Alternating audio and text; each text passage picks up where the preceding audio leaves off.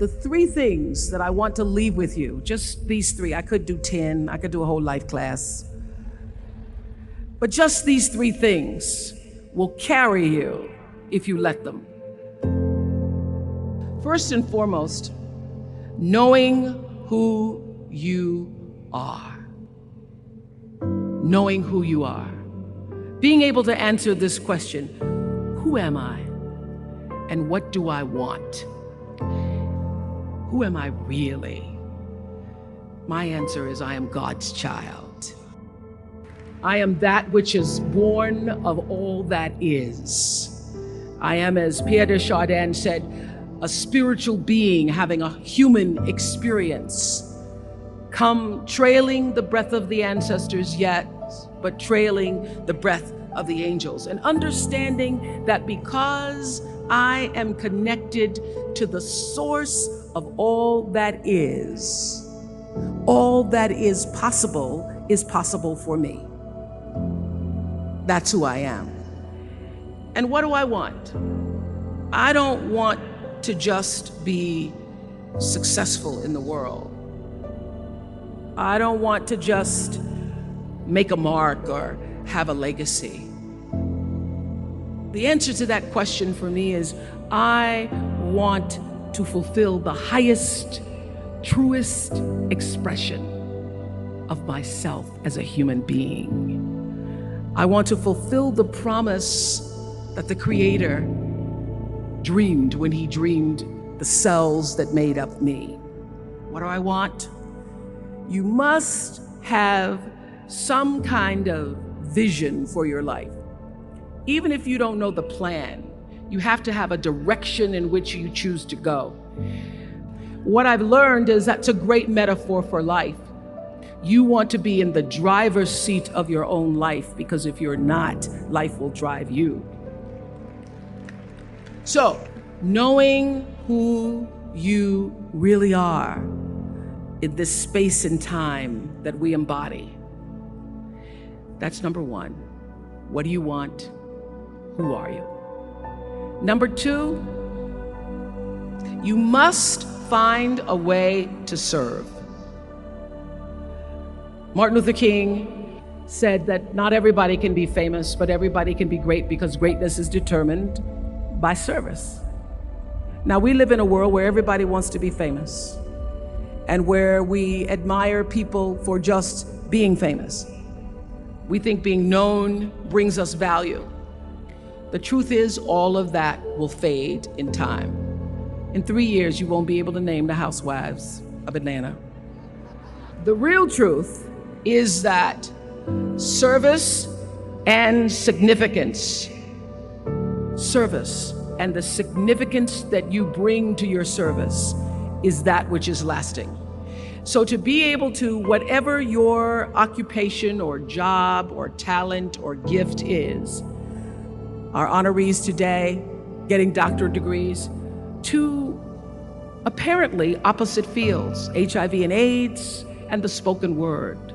But what they have in common is service, using the spoken word in service to community and the world, using your knowledge and information about HIV and AIDS and medicine in service to the world. And if you look at all the most successful people in the world, whether they know it or not, they have that paradigm of service. Everybody's talking about Mark Zuckerberg and IPO. Service. Jay-Z rapping. Service. Through the word, to people, through song. For many years, I was really just happy to be on TV, and people would stop and say, "Oh, you on TV?" "Yeah, I'm on TV. I like being on TV. It's a nice job." And it was about the time that I received my honorary doctorate from Spelman around 1993. So I don't know if that had something to do with it. I thought of myself as Dr. Winfrey.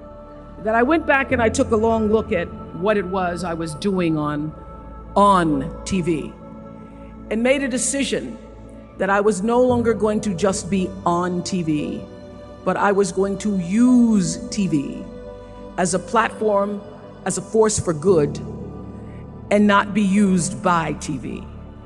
And I will tell you, my decision to make that significant change in the way I operated on television, using television as a service, changed my career exponentially.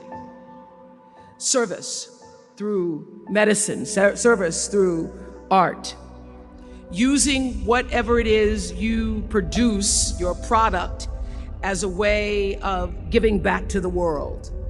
When you shift the paradigm of whatever it is you choose to do to service, and you bring significance to that, success will, I promise you, follow you. Service and significance equals success. That's number 2. Number 3, it's so simple, but so hard to do. Always do the right thing. Be excellent. People notice. Think of how you notice. You go to Taco Bell, somebody gives you an extra napkin and some sauce. You notice. You want to go back to that person, because even at Taco Bell, excellence shows itself. Be excellent. Let excellence be your brand. Everybody talks about building a brand. I never even knew what that was. When people would say, you're a brand, I would say, no, I'm just Oprah. What I recognize now is that my choice to, in every way, in every example, in every experience, to do the right thing and the excellent thing is what has created the brand. And what I know is that when you are excellent, you become unforgettable. People remember you, you stand out. Regardless of what it is, you become an unforgettable woman. And that is what we all want. We want to be unforgettable and not forgettable. So doing the right thing, even when nobody knows you're doing the right thing, will always bring the right thing to you. I promise you that. Why? Because the third law of motion is always at work. For every action, there's an equal and opposite reaction. That is so true in all of our lives. You just have to do the right thing, and the right thing will follow you even when people don't support it.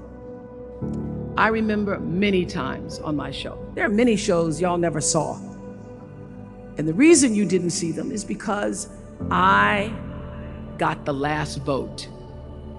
And I remember 2010, my team, hardest working team in television, had done this interview with a woman who turns out she was a Sunday school teacher by day and a sex addict at night. And they were like, you won't believe it. We got her going out. We got her with the men, and we get to show her, and she was willing to show us everything. I sat down with the woman for an interview that was taped. And during the process of the interview, I said, why are you doing this? And she said, oh, I want to help people. I want to tell my story and I want to help people. I said, do you have children? She says, yes, I have a 10-year-old son. I knew right then this is never going to see the light of day. So we got off the air and I said to the lady, we are not going to air that show. And she said, why? My producer said, why? She knew she was being filmed. She knew what she was saying. She knows what I said, because her son will never get over it. Her son will never get over it. And it's not worth a rating point to me. Not worth a rating point to me to know that there's a 10-year-old boy who's destroyed because his mother went on the Oprah Winfrey show and told all her business.